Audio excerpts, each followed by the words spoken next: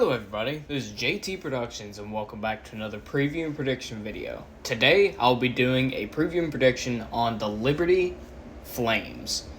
Last season Liberty went 8-5, 1-1 in FBS Independent with a one-game winning streak where they blew out Eastern Michigan in the Lending Tree Bowl. Their losses came against Syracuse by 3, Louisiana Monroe by 3, Ole Miss by 13, Louisiana in a blowout, and Army in a blowout.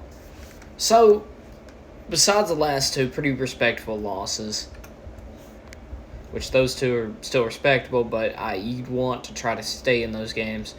Anyways, what did they lose? They lost one of their best quarterbacks ever, in my opinion, in Malik Willis, who went to the NFL.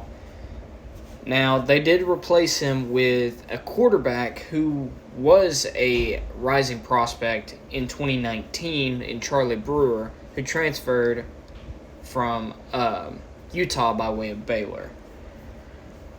Now, what do I think about Liberty? Well, let's see what my notes say. Not much. Hugh Freeze, who's a former Ole Miss coach, is in his 4th season coaching at Liberty. They've been pretty well off. The question with them is, can they continue to be competitive without their superstar quarterback and a difficult schedule? They had a pretty good difficult schedule last year with scheduling Syracuse and Middle Tennessee, North Texas, Ole Miss, Louisiana, and Army on the schedule. But this one's not that easy either, with a lot of difficult games, to say the least. Now, their roster, they got some turnover with the roster through the transfer portal in names like Charlie Brewer, like I said, Day Hunter, who came over from Hawaii, Caleb Sneed, who came over from Campbell as a wide receiver, Austin Henderson, who came over from Minnesota as a tight end, Nazir Watkins, an offensive tackle from Kentucky, Cam Reddy, an offensive center from Colorado State, right tackle Reggie Young from Iowa Central Community College, defensive tackle Dre Butler from Auburn, linebacker Mike Smith Jr. from Mississippi Gulf Coast Community College, and defensive back Kobe Singleton from Southern Utah. So, pretty good transfers coming in. Now, is that going to help them do better than they did last year? Well, let's see.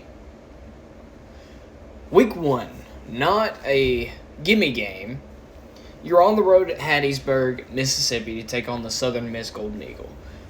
If you've seen my Southern Miss video, you know how this goes.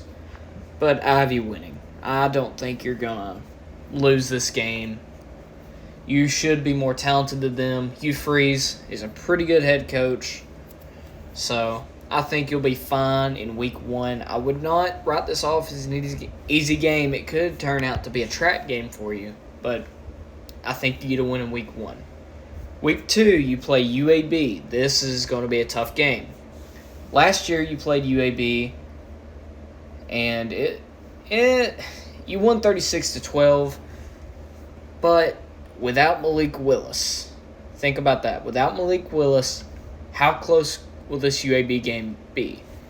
I think it could end up being a one-possession game. UAB is not a team to sleep on, but it's in Lynchburg, and you did get a good replacement in Charlie Brewer.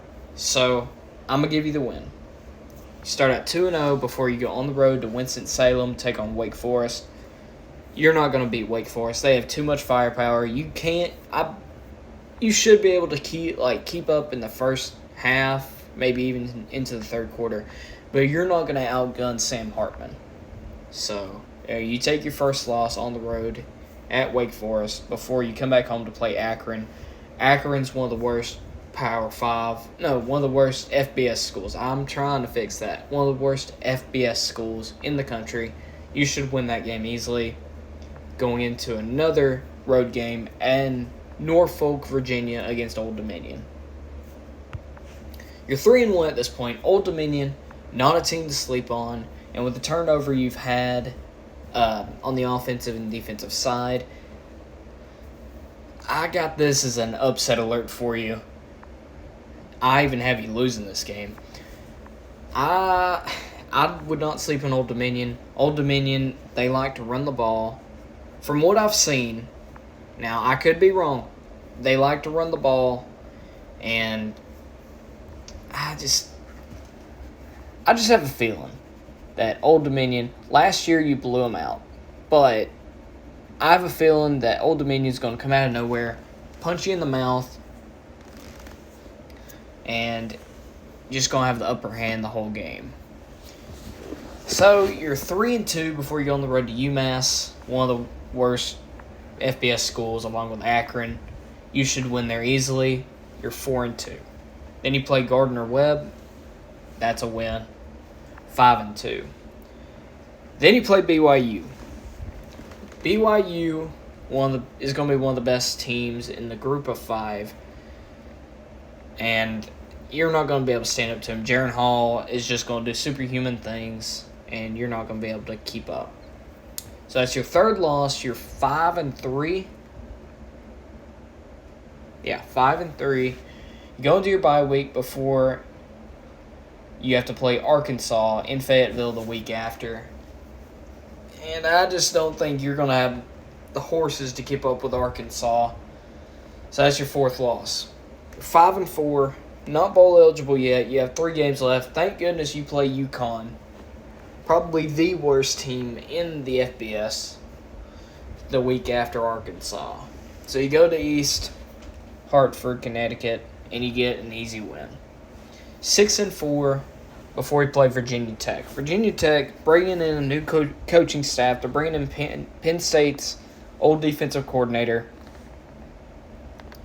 I could see a way that you could end up upsetting Virginia Tech, but this late in the season, I think they have their ducks in a row and are going to be able to stand up to teams wanting to pick off wins from them. So I got you taking your 5th loss here at home against Virginia Tech before you play New Mexico State at home the week after. I think you end the season with a win. Hugh Freeze takes a step back, a game back from last year. Not that bad for losing a generational type quarterback for Liberty University. I got you going 7-5, making a bowl game. Not bad, not bad. You're going to, with a college like Liberty that does not recruit like an Alabama or a Georgia or an Ohio State or any schools like that, you're going to have, when you lose players like Malik Willis, you're going to have some turnover from year to year, whether you get worse in record-wise or you get better in record-wise. It's just something that happens. Anyways, thank you all so much for watching. I hope you all enjoyed. I have a playlist of all these games on my channel if you would like to check them out. And more are coming. As soon as I get my guests ready to record, I will finish up the Coastal Carolina, Tulane, SMU, Toledo, Rice, and other videos such as that.